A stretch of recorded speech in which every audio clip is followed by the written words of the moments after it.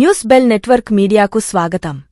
శ్రీకాకుళం జిల్లా పాతపట్నం వైఎస్ఆర్సీపీ కేంద్ర కార్యాలయంలో ప్రజా ఉద్యమం కార్యక్రమం నిర్వహించి ర్యాలీగా వైఎస్ఆర్సీపీ ముఖ్య నాయకులు, కార్యకర్తలు, అభిమానులతో రోడ్ షో కార్యక్రమాన్ని నిర్వహించగా ఈ కార్యక్రమానికి అనుమతి లేదంటూ పోలీసు వారు అడ్డుకోవడం జరిగింది.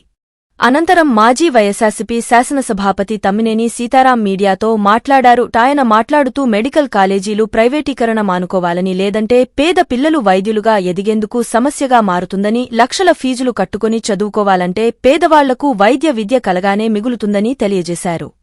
అనంతరం పాతపట్నం మాజీ శాసనసభ్యులు రెడ్డి శాంతి మాట్లాడుతూ మెడికల్ కాలేజీలు ప్రైవేటీకరణ చేయడం ద్వారా వైద్య విద్య అనేది పేదవాళ్లకు కష్టంగా మారుతుందని, వాళ్లు తమ పిల్లలకు వైద్య విద్య చదివించుకోలేరని, వెంటనే మెడికల్ కాలేజీలను ప్రైవేటీకరణ చేయడం మానుకోవాలని చెప్పుకొచ్చారు. ఆరోగ్యశ్రీ పూర్తిగా సర్వనాశనమైంది. దానికోసం ఆలోచనే లేదు. ఇప్పుడు వాళ్ళకి ఆరోగ్యశ్రీకి పే చేయాల్సినటువంటి ఉన్నాయి 4,000 కోట్లు ఇవాళ పే చేయాల్సినటువంటి ఉన్నాయి. అవేవి పే చేయకపోయినా కూడా జగన్మోహన్ రెడ్డి గారు పే చేశారు. ఇంకా మనకు 4,000 కోట్లు ఉన్నాయి.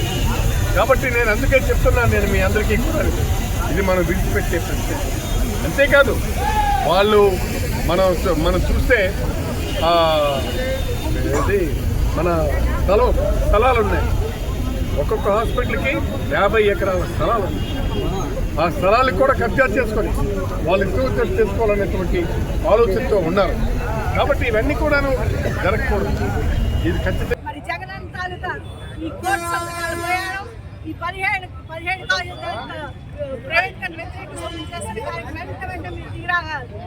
ఒత్తిడి చేస్తున్నాం, ఖండిస్తున్నాం. 17 మెడికల్ కాలేజీ ఆరోగ్యం కోసం వాడండి. 17 మెడికల్ కాలేజీలో పేద విద్యార్థుల తాలూకా చదువుల కోసం మీరు వెంటనే ఓపెన్ చేయండి. అంతేగాని ఇలాగా ఇష్టం వచ్చినట్టు ప్రభుత్వ ఆస్తులు దోచుకుంటాం, ప్రభుత్వ ఆస్తులతో మీ తాలూకు బిజినెస్ చేసుకుంటాం అంటే ఇవి చూసుకుని ఊరికనే లేదు. వైఎస్ఆర్సీపీ సభ్యులంతా కూడా ఇది వ్యతిరేకిస్తున్నాం. నమస్కారం.